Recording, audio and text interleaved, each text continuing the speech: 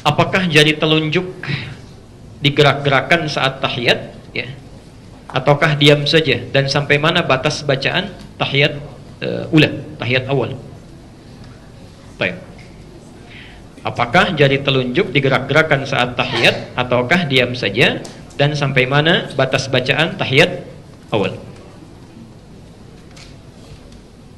Hadis Muslim, riwayat Muslim, nomor hadis 913. Nomor hadis 913.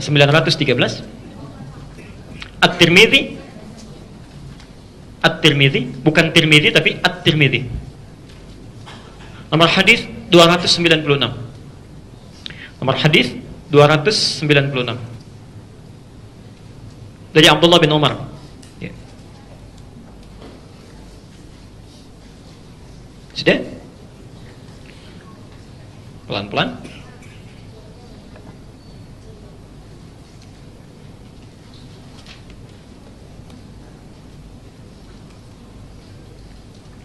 Ada lagi hadis dari Wa'il bin Hujur, Masya Allah, itu diriwayatkan kurang lebih sampai 12 orang, 12 jalur, 12 jalur. Ada 12 jalur. Kalau Anda ingin dapati 12 ini, ke-12-12-nya, itu penjelasannya sangat bagus, ya. Cari kitabnya Syekh Mustafa Al-Adawi, namanya Syarah Ilalul Hadith. Syarah Ilalul Hadith. Ini belum ada bahasa Indonesianya. Syarah Ilalul Hadith, Syekh Mustafa Al-Adawi.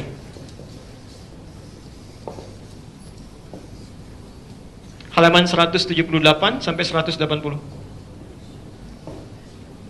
Nanti akan menyebutkan sekitar 12 hadis diriwayatkan dari Wa'il bin Hujr. Ini intinya yang menggerak-gerakkan tangan itu.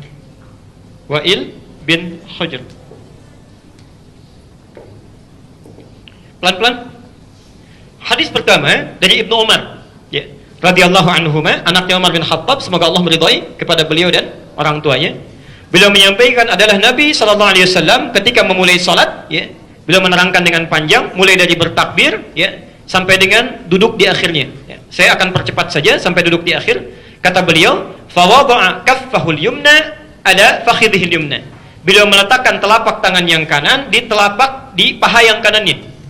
Jadi telapak tangan yang kanan diletakkan di paha yang kanannya. Ya. Ada sebagian riwayat mendekatkan ke arah tempurungnya.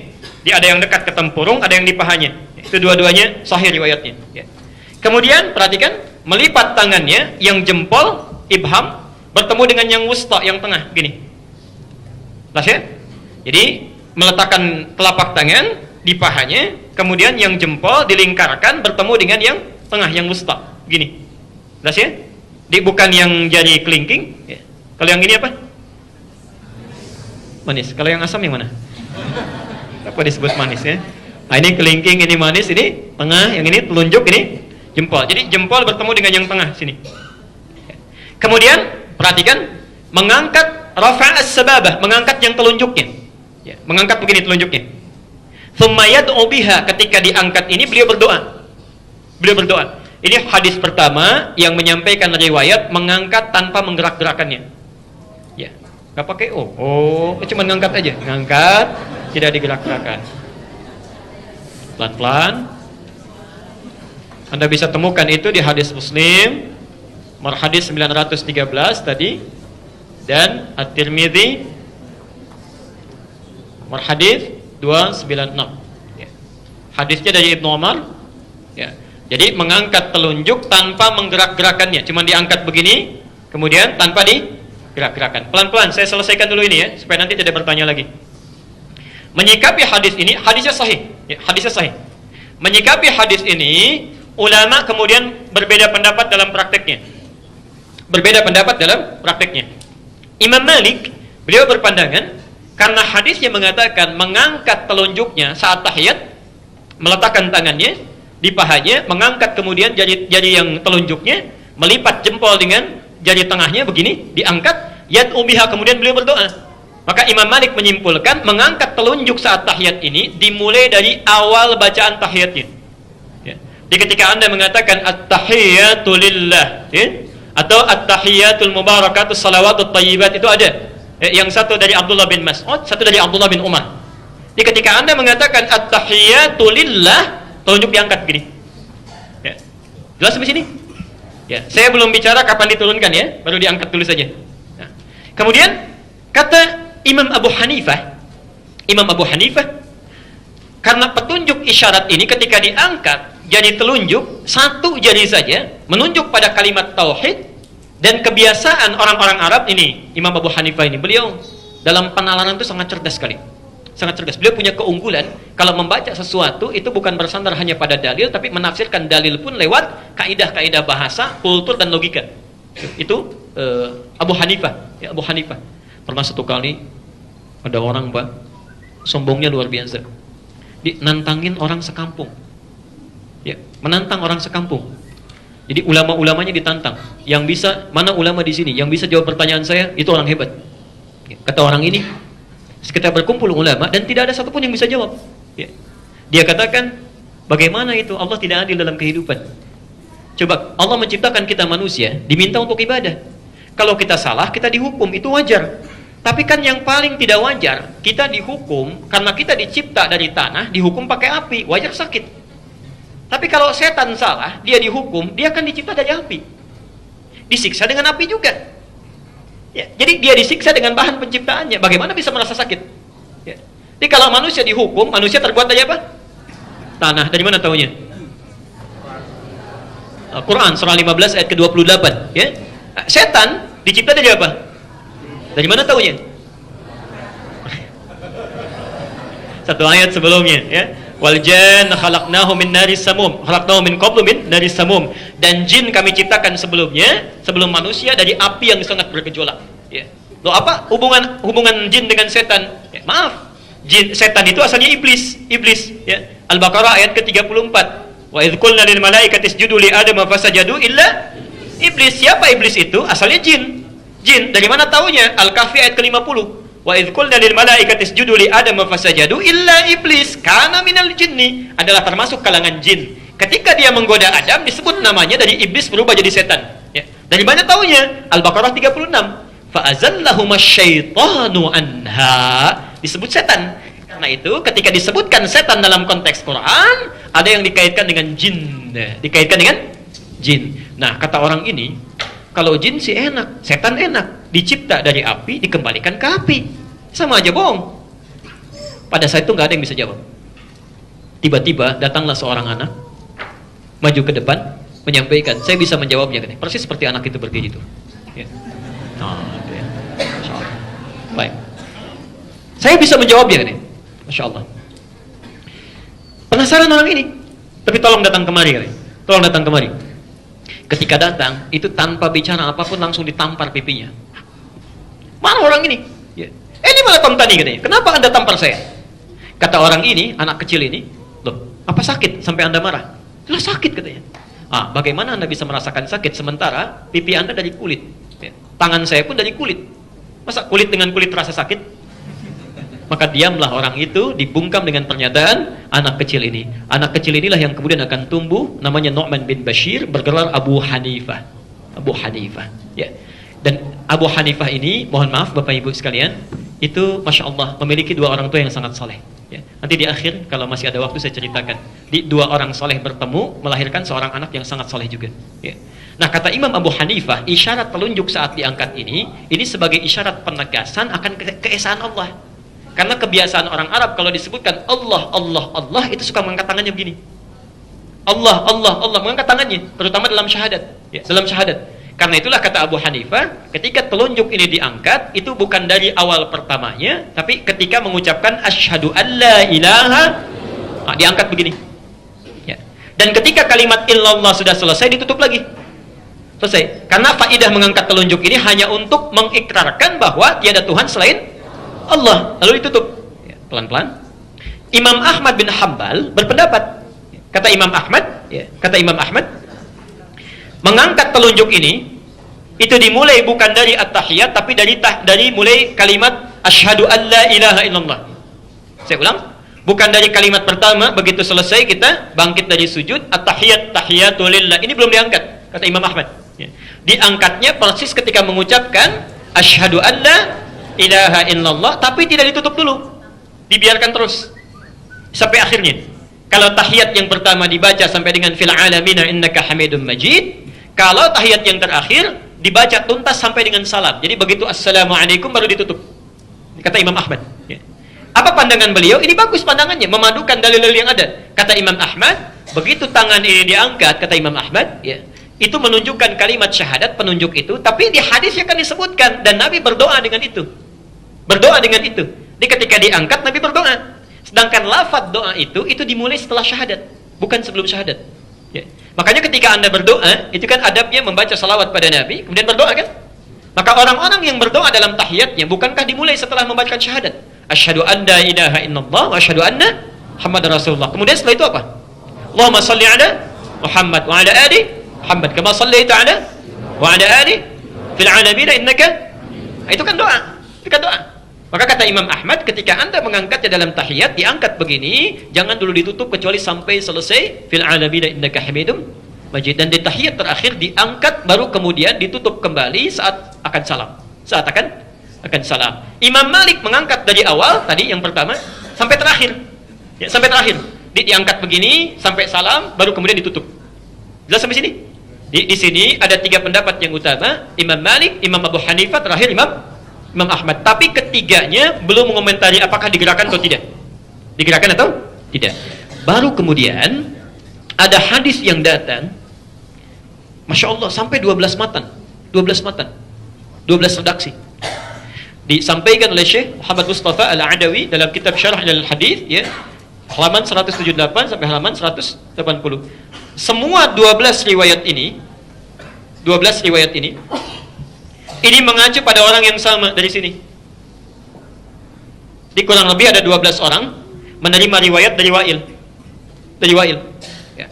Di antara riwayat ini ada yang bernama Ziyadah bin Qudamah. Riwayatnya sama seperti yang pertama dari Ibnu Umar, cuma ada tambahan, ya.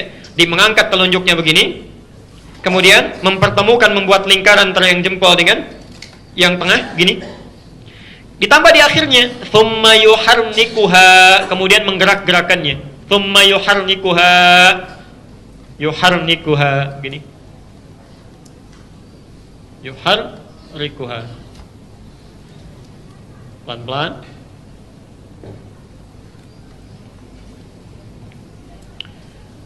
Jadi caranya sama dengan yang pertama, bisa diangkat di awal, diangkat di tengah-tengah, ditutup kembali, ya, atau diangkat tanpa ditutup sama sekali sampai akhir. Tapi yang ini, hadis kedua, itu ketika diangkat sambil menggerak-gerakkan. Jelas sampai sini? Pelan-pelan. Tsumma yuharrikuha, diangkat sambil menggerak-gerakkan. Jadi, saya mau simpulkan dulu dengan pelan-pelan. Kalau ada orang mengangkat begini tanpa menggerakkan pun, karena hadisnya juga ada, kuat riwayatnya, maka itu sah. Tidak ada masalah. Kalaupun ada yang mengangkat kemudian menggerak-gerakkan, menafsirkan di hadis ini, itu pun sah. Tidak ada masalah. Ini tidak perlu dipertentangkan. Jelas sampai sini? Nah, jadi jangan misalnya usil, ya. Wah, misalnya ada yang angkat gak menggerak-gerakkan. Itu kurang soleh itu, ya kan? Jarinya jangan-jangan tidak bermasalah. Lu dibalas lagi nggak ada kerjaan, itu kena Parkinson barangkali tangannya gini-gini. Itu berbahaya. Tidak boleh sering mencela. Tidak bagus. Saya tidak pernah mengajarkan celaan. Ya, pelajari dalilnya, tandakan landasannya, tanyakan landasannya, baru amalkan. Ya. Tapi kalau Anda tanyakan, mana di antara ini yang paling kuat? Ya. Anda tanyakan pada kami, mana di antara ini yang paling kuat, kita bisa bandingkan. Tapi perbandingan ini jangan sampai mengecilkan yang lainnya. Rasanya? Nah, ulama hadis dalam hal ini memandang mengangkat tanpa menggerakkan itu lebih kuat dibandingkan mengangkat dengan menggerakkan. Ya. Dengan dua alasan. Bahkan tiga nanti, ya. Satu.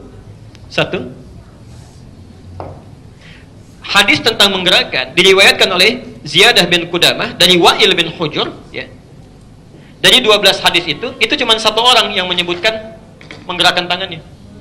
Sementara 11 orang lain yang meriwayatkan hadis yang sama itu mengatakan tidak ada tambahan di hadis itu menggunakan kata yuharrikuha. Tidak ada tambahan menggerak-gerakkan. Ada 12 orang meriwayatkan dari orang yang sama, 11 orang mengatakan enggak ada tambahan menggerak-gerakkan. Yang satu mengatakan digerak-gerakkan. Ya. Jadi kalau 11 berbanding dengan 1, kira-kira yang lebih kuat yang mana? Maka dari itu kata para ulama, jika ada satu riwayat bertentangan dengan banyak yang thiqah, maka yang ini ditinggalkan. Ditinggalkan itu maksudnya dianggap lemah dibanding dengan yang ini. Ya. Di antaranya ada Sufyan Ats-Tsauri yang 11 itu. Ya. Ada Sufyan Ibnu Uyainah, ya. Ada Zuhair, ada Salam bin Sulaim, ya. Macam-macam. Jadi ada sekitar, ada Bishr bin Al-Mufaddal, ada 15 orang, ada 11 orang, maaf. Ya. Dan semuanya ahli hadis. Semuanya ahli hadis. Ini dari segi sanad. Sanad. Tapi kalau Anda berbicara hadisnya sahih atau tidak, hadisnya sahih. Ya, sahih. Cuma bertentangan dengan 11 yang sahih lagi dari satu jalur yang sama. Nanti kita tafsirkan di akhir. Yang kedua, kalimat yuharnikuha dalam bahasa Arab itu memiliki dua makna. Pelan-pelan sini. Kalau Anda menemukan kalimat bertasydid, misal ini ya, ini ha, ini ra, ada tasydidnya, ini kaf, ini ha. Lihat rumusnya ya. U, A, I, U, A. Ya, ada tasydidnya di sini. Yuharrikuha, yuharriku, ya, yuharriku, U, A, I, A. Pelan-pelan. Makna yang pertama, itu artinya bergerak tanpa henti. Ya, banyak, gerakan yang banyak.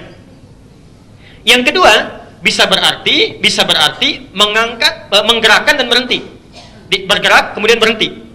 Bergerak kemudian berhenti. Misal, mengangkat kalau dipahami yang pertama, ini menggerak-gerakan ya, dengan banyak tanpa henti begini. Tapi kalau dipahami yang kedua, bergerak berhenti. Jadi ngangkat tutup lagi.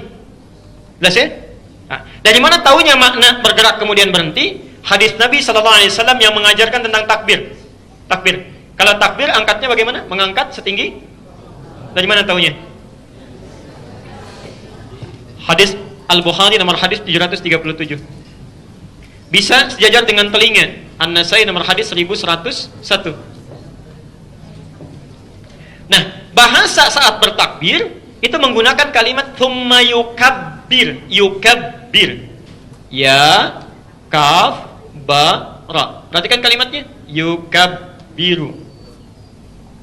Di atas yuharriku. Di bawah yukabbiru. Dan dua-duanya dilakukan dalam salat yang sama. Dalam salat, ya, dalam ibadah yang sama. Lihat sini. Ini ada ya. Ada harakatnya apa? Ini ada ya. Harakatnya apa? Baik ya. Perhatikan sini. Ini huruf H, harakatnya apa? Ini kaf, harakatnya apa? Ini ra, ada tasdid yang harakatnya I. Ini ba, ada tasdid yang harakatnya I. Ini terakhir harakatnya Ini pun berarti sama rumusnya ya? Ditanya oleh ulama hadis, kenapa Anda saat membaca takbir menggunakan kalimat yukabbir tapi takbirnya nggak berulang-ulang? Nggak ada yang begini. Cuma begini, Allahu Akbar, selesai. Tidak pernah ditemukan orang sholat misalnya Allahu Akbar, nggak ada.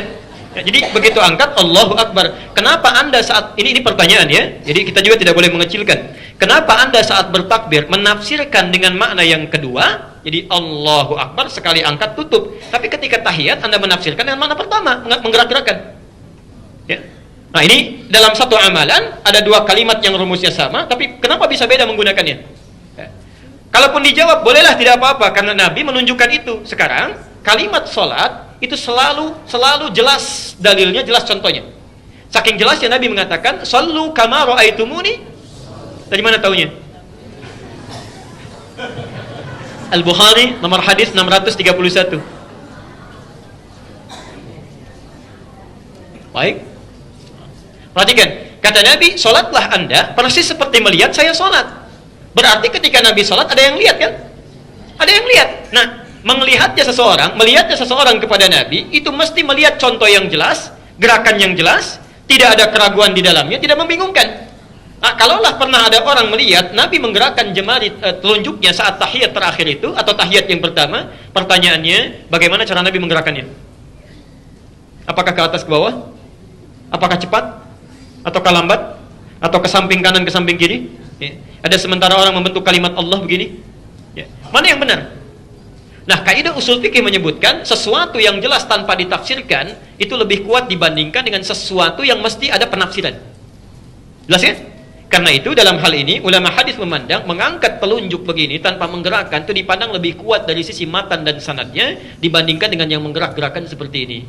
Nah, Syekh Mustafa Al-Adawi menyimpulkan barangkali yang dimaksud dengan hadis Ziyad ini bukan menggerak-gerakkan tapi mengangkat menutup lagi seperti penafsiran Abu Hanifah tadi, ya. Tapi yang paling indah kesimpulan terakhirnya itu semua kata beliau hanya pandangan dan penafsiran.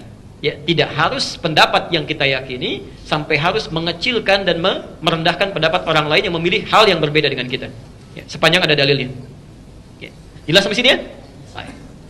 Tapi mohon sebesar-besarnya jangan mencari alasan-alasan untuk membenarkan pendapat yang kita ambil pada hal yang tidak ada tuntunannya. Saya pernah dengar Ustadz menggerak-gerakkan begini itu untuk musir setan katanya supaya setannya nggak datang begini. Itu nggak ada hubungannya. Ya. Tidak ada hubungannya. Baik. Ya, jangan bercanda dengan agama ya. Sekalian.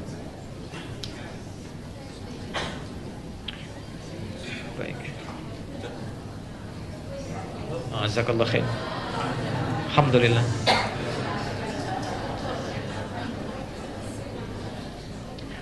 Hadis Muslim nomor hadis 1893. Man dalla ala khairin falahu ajruhu mithla ajri fa'ilihi min ghairi an yanqusa min ajrihi syai'. Siapa yang memfasilitasi satu kebaikan, melakukan kebaikan bahkan cuma nunjukkan saja, itu dapat pahala orang yang mengerjakannya tanpa dikurangi sedikit pun. Masya Allah, ya, Masya Allah. Jadi kalau tadi ada yang menghapus kemudian saya menulis setiap hurufnya dapat itu yang menghapus itu ya, walaupun cuma menghapus.